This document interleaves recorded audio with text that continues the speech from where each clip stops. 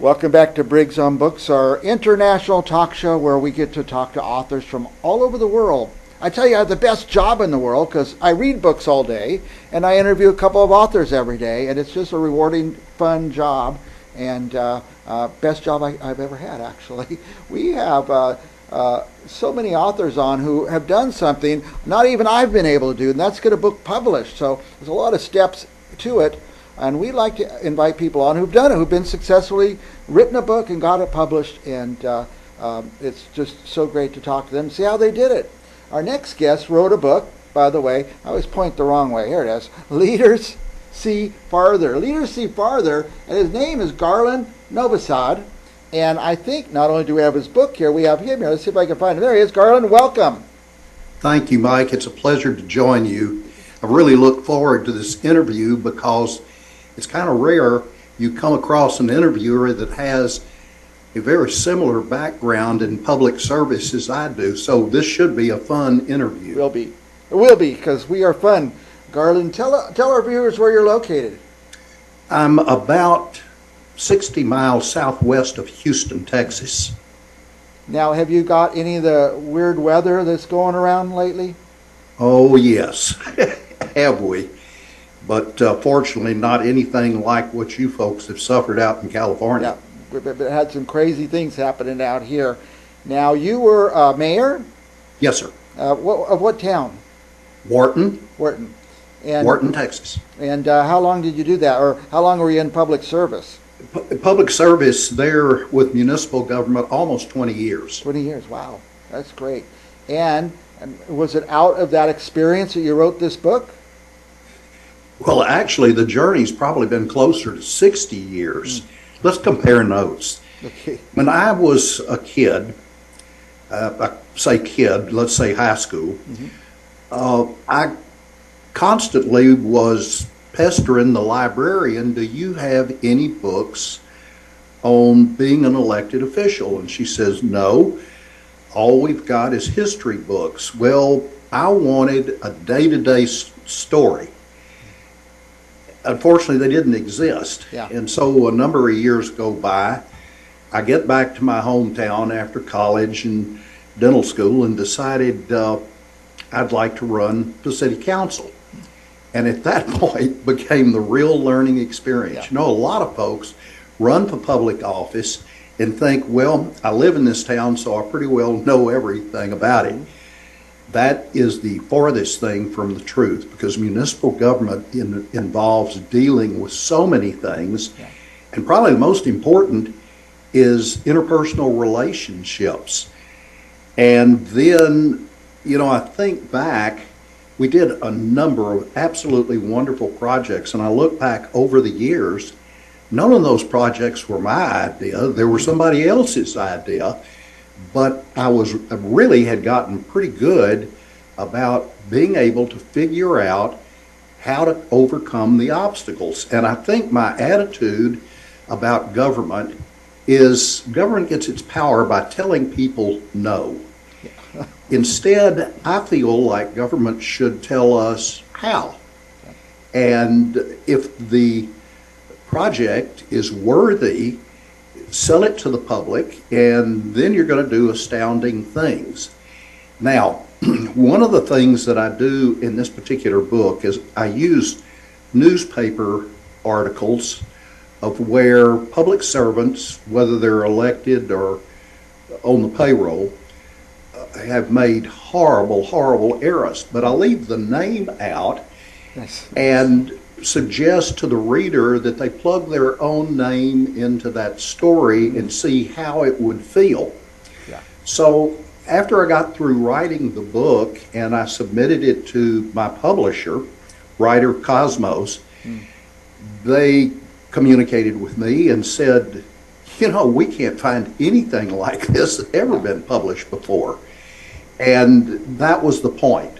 So now, whether it's somebody in high school or let's say a full-grown adult, because I think they'll understand a whole lot better, has an opportunity to read this book. I go through a number of things, projects that we did here that were extremely successful, how to communicate. That's one of the biggest problems that folks have, is getting the word out. And in fact, communications has changed so much. Oh, boy. So we go back 40 years ago, you were dependent on the radio stations, maybe TV, and the local newspaper. And local newspapers are starting to fade at this point, and now we get much better information on the net and on the web and through podcast. I think the majority of people are probably getting their news these days through podcast. Yes.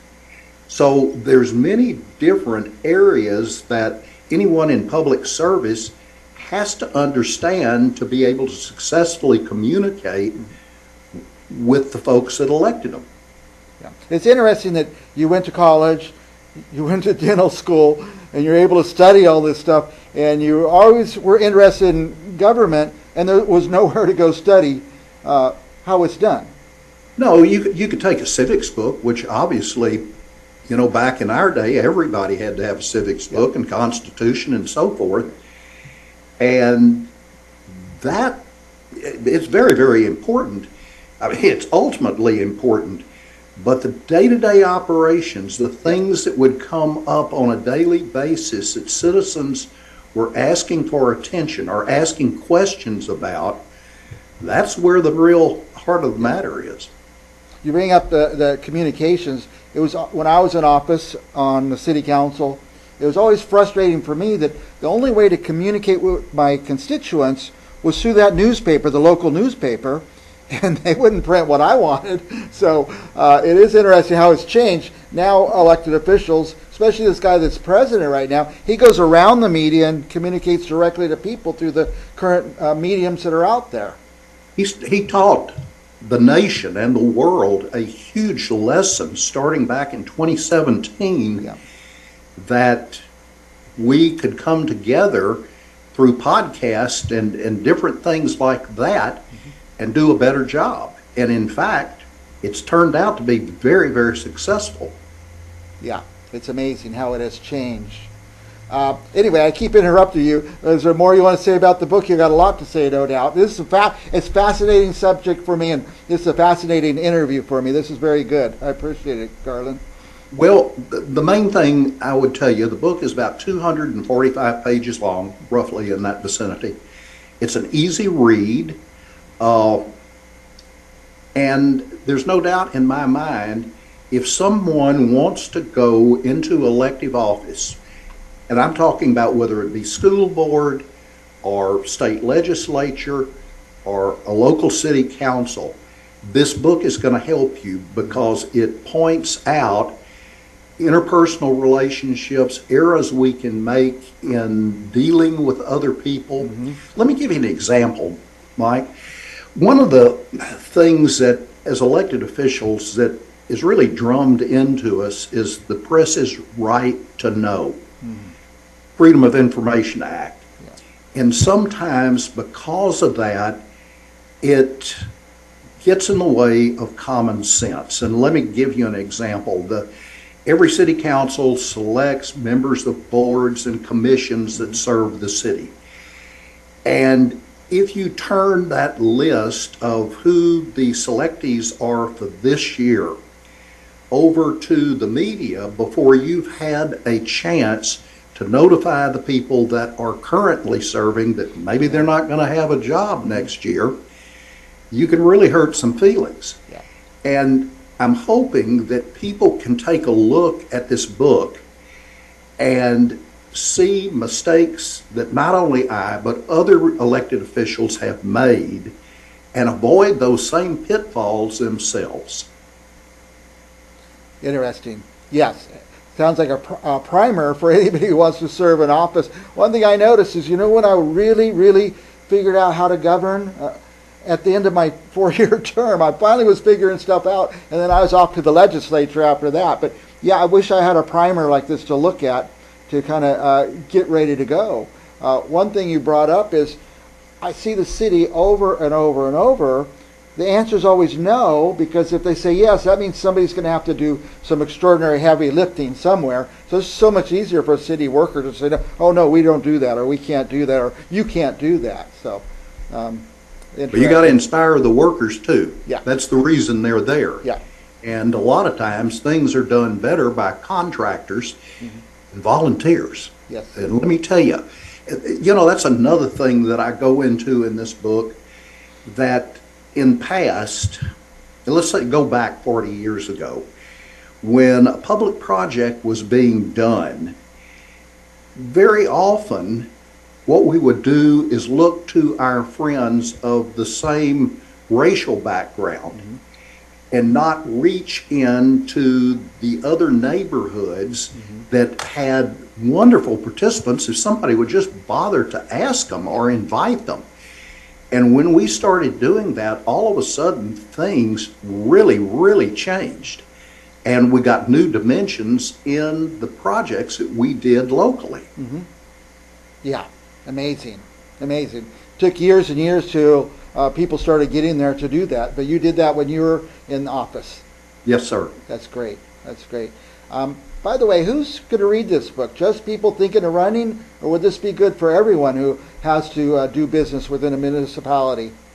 Well, tell you the truth, Mike, I personally think that this book would serve if a person is in business, if a person wants to run for elective office, if there are already there in elective office. You're going to benefit from this book. And the other neat thing about it, and the thing that I'm still having a hard time conceiving, how all these years could go by, nobody had ever put a book like this together, because it renews itself every year that we have elections. On a local level, it'll be annually.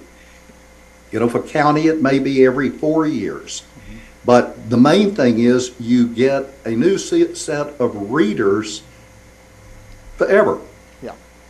Yeah. Now, do you think anybody would read this book and say, wow, I had no idea. I don't want to run for city council now? Well, there's always a possibility if they do what I suggest. It's a little homework before you go there. Let me tell you, the first night, my family has been in Wharton County for 7 generations at this point. And you can get the attitude, well, I know this place because I've lived here and so has my family. But you get behind that desk and find out the complexities of running a city government. And let me give you an example. And I think this one welcomed me the very first night that I was on city council. In my packet, there was a magazine called Solid Waste. Well, in the minds of most citizens, solid waste is one of those things out of sight, out of mind. But believe me, there are a lot of steps that go into proper disposal of waste. And it's not an easy deal. Same way with water purification, where we get our water, how we maintain the standards of it, how often it's tested. There's a lot to learn. And the more you know, the better you can serve the people. I always used to tell people, because they always had these big dreams of what the city should be doing. I said, this is what we do: sewer, water, garbage, police, and fire. That's our main function. And if any one of those went away, there would be absolute chaos. Exactly. Especially garbage or something like that, or sewer. And you know what? I think you would agree with this too. Tip O'Neill, former Speaker of the House, made a comment one day that all politics is local. And you know what? He was telling the truth. That's right. Because your day-to-day life is more influenced by the folks that run your community government than the folks in Washington. Now, I could have said that with a straight face back, say, 30 years ago, but we've seen in the last 10 years, Washington have a drastic impact on our lives locally, too. Absolutely. One interesting municipal story I have for you is that when I was on the council, we changed the garbage pickup from out back in the alleys to pushing it out to the front street. And they almost ran everybody out of office over something like that. It's always... Been there, done that. We went from where the city was doing the collecting and disposing to a private firm. Wow. And the public took after us because they would give us... They were telling the truth. We had extremely loyal employees, You could set your watch by the time that they showed up on pickup day. And when you change norm, sometimes it takes a little while for the public to understand. And on the politics is local, when I was on the council, the state of California passed a law that says all municipalities must cut the amount of solid waste they take to the landfill by 50%. So yeah, state affects local, federal affects local, it's all local, you're right. Mike, one of the last things that I want to say to you that I think you'll remember too, Bell, California, and I'm going to say it was somewhere around 2010. Mm-hmm. News media is really important, and when you lose it and there is no reporting of what's going on at City Hall, you can find out that the Treasury can get emptied real quickly. There's a balance mechanism. The press reports we're supposed to do a good job at City Hall representing the public. And when somebody woke up one day and found out that the council and the city manager and police chief were receiving more money than even the people in New York, it proved the point that the Fourth Estate can really be vital. Yep. The media has a big role in our life. I'm just chuckling. There's so many things that happened that have happened to you and have happened to me. And I would tell anybody thinking of running for office, I've found no textbook, no primer. Here it is. Get this book written by Garland. Read it before you run for office, because running for office, the campaign is one thing, but governing is a totally different thing. So it really is. You synopsized it right there. Really, running and winning an election is not really all that difficult. Mm-hmm. But when you get in office, let me tell you something, you don't have any background of budgeting, right, audits, things along those lines, you're not going to be much help. But I'll tell you another thing that I found that we address in this particular book is citizens were whispering in my ear about strange comments that had been made by two city employees. Well, after a while, I started wondering what's going on. Well, it turned out we were missing $500,000 in the Treasury. Wow. And if it weren't for those citizens giving me feedback, mm-hmm, the whole thing could have come off the rails. So you only get that from listening to folks. A lot of times people in public office like to disappear and not go out in public. Yeah. But in fact, the public can give you hints that are dropping little breadcrumbs that you may have a problem inside, mm-hmm, that you weren't aware of. Garland, my phone's been going off like crazy. I said, what's going on here? They're saying, Mike, you've gone over time again. I could talk to you all day, Garland. I'm just going to give you a moment to have a last thought to wrap it up and tell people about your book or anything you want to tell them.